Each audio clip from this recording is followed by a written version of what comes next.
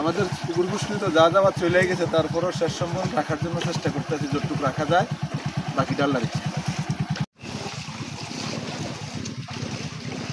বর্তমান পরিস্থিতির কারণে আমাদের বাসা বাড়িতে সবারই বাড়িতে ম্যাক্সিমাম পানি উঠে গেছে। আমাদের বসবাসের জন্য খুবই কষ্ট হইতেছে এবং যতগুলো মাছের পথে আছে সবারই মাছ প্রায় চলে গেছে 20 কোটি টাকা লসের পথে। এখন এখানে জনজীবন খুবই কষ্টকর।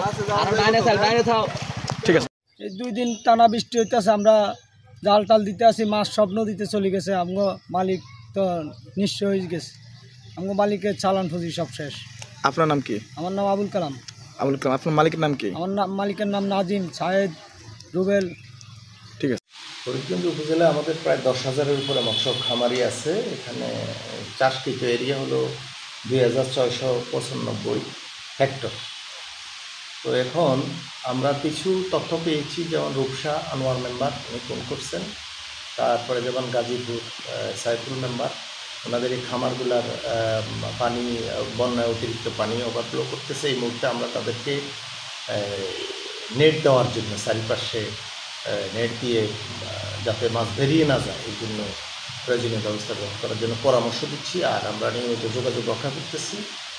তথ্য আমরা ক্ষয়ক্ষতির তথ্য ঊর্ধ্বতন কর্তৃপক্ষের বরাবরে জানাবো, আর আমরা চাষিদেরকে নিয়মিত পরামর্শ দিয়ে যাচ্ছি।